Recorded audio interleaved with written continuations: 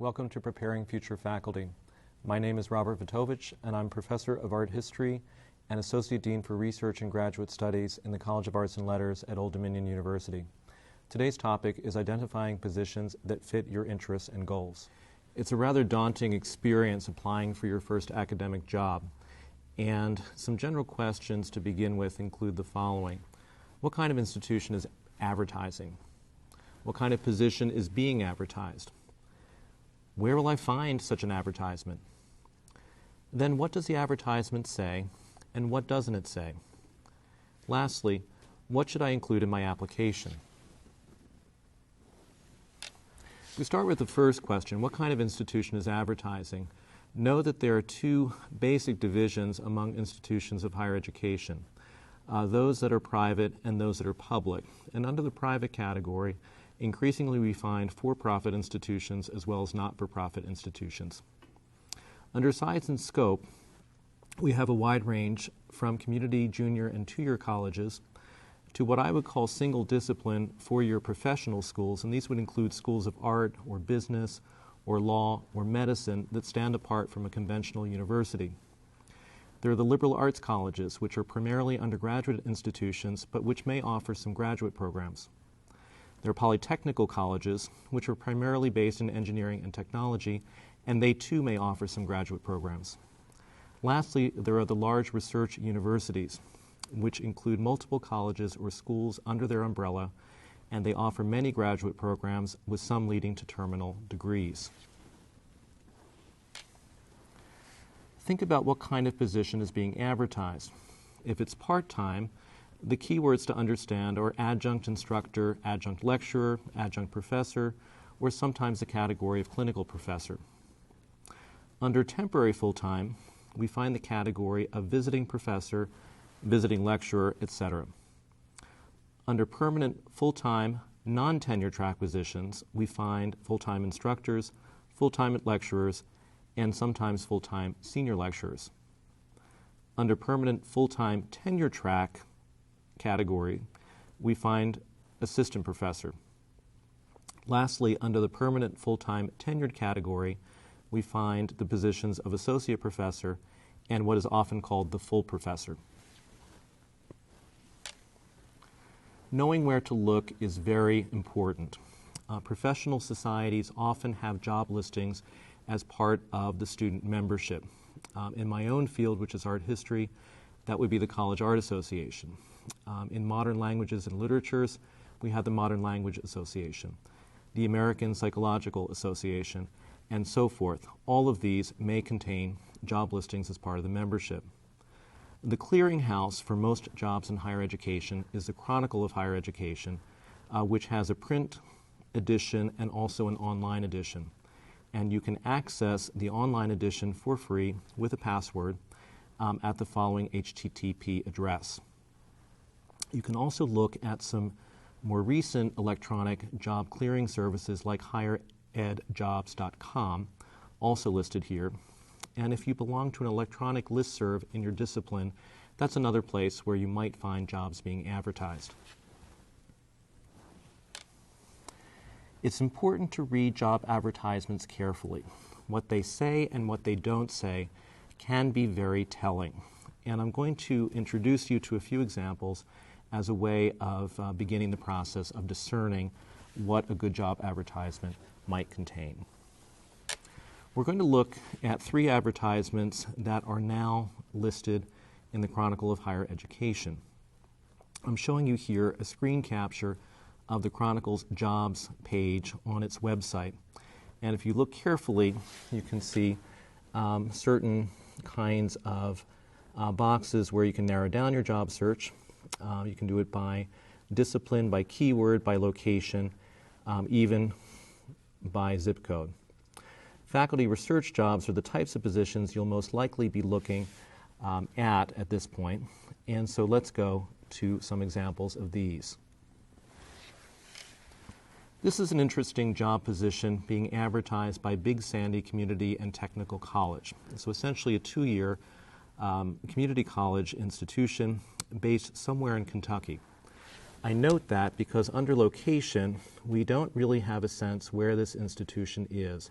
And I would urge you to look very carefully when information is lacking so that you know that Big Sandy is either near a large metropolitan center, or if it is not near one, whether that would influence your decision. The category criminal justice criminology is self-evident. It is non-tenure track, but it is full-time. That's important to note as well. Salary is not specified, and the application deadline is floating, open until filled. I would look very carefully at the written narrative in the job description. It includes, in this case, classroom instruction, advising, professional development, community service, and institutional service. Typically at a community college, you would not be doing research, and this is evident in the advertisement. It indicates some level of experience. It indicates that a bachelor's degree is required, master's degree is preferred. An associate degree with 4 years of related work experience may be substituted, and so on. 10-month annual renewable contract position to begin fall 2011. And then it indicates the Prestonburg campus. And so we know that Prestonburg is the main location, but that travel to other campuses will be required. Again, important to note, you would require, obviously, a car in this kind of position, and you would be moving around a lot. That's Instructor of Criminal Justice at Big Sandy Community and Technical College. Visiting Assistant Professor of Asian History at Albion College. Interesting kind of position for two reasons. Recall that a visiting professor position is a temporary appointment, generally for 1 or possibly 2 years. Albion College is going to be a liberal arts institution primarily oriented toward undergraduates. It's located in Michigan, and the category, self-evident, is history, non-tenure track, and full-time underemployment status. Salary, again, is not specified. And this is typical. Only in some professional areas might the salary actually be posted for an entry-level job.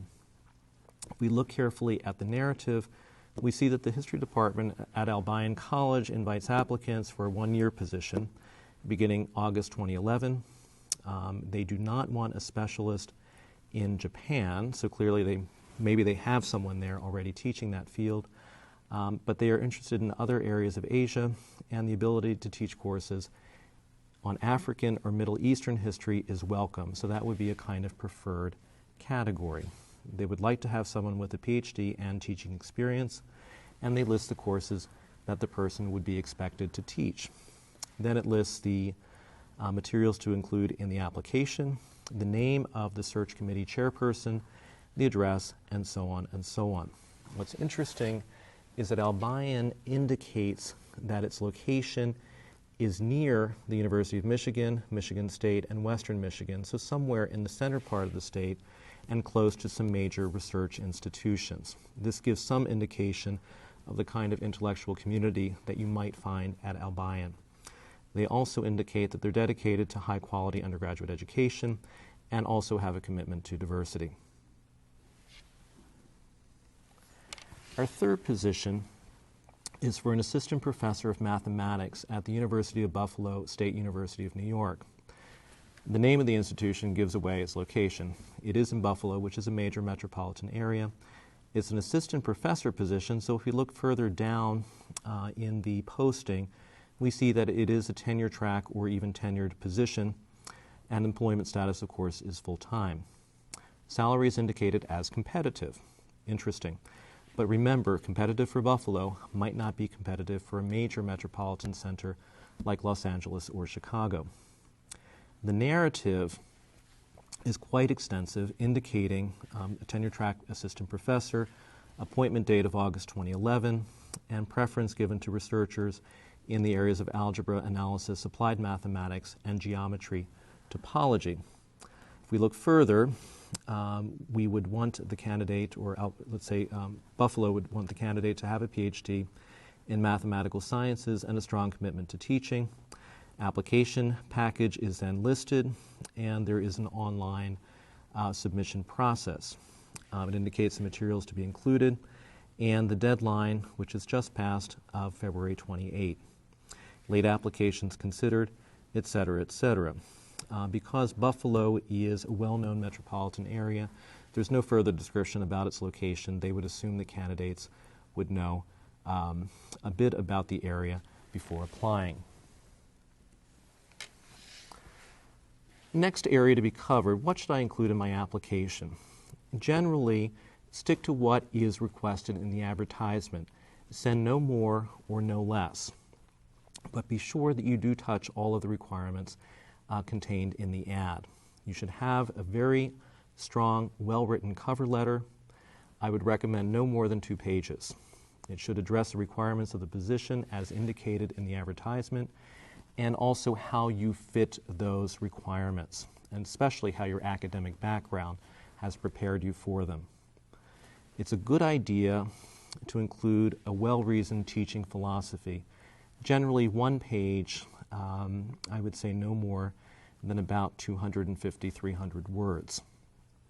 I would include this even if it's not specifically requested. Increasingly, institutions like to know what the basis of your pedagogy is. Then include names of references and include letters if they're requested ahead of time. If not, the names and contact information for the references should be sufficient. And then any other materials requested in the advertisement. And some final thoughts.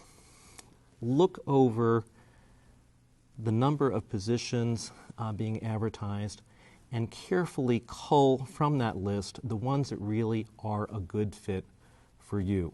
Do they fit your long-term objectives? Or if not, and it may not be a good year economically, so there may not be that many positions out there, at least do these jobs fit your short-term career objectives? In other words, in 3 to 5 years, might you move on to another position which would bring you closer to what those objectives might be? Second, do your qualifications match the job description? Don't try to reinvent yourself to the point where you don't recognize yourself in the application that you're submitting. If the job is not a good fit, nothing you can do to your CV or to your application will make you qualified for that job.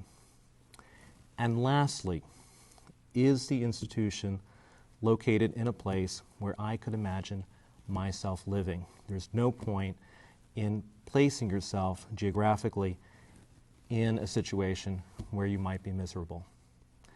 And so, with that, I conclude this presentation. I would urge you to think carefully about identifying the right position for you and for your career. Thank you.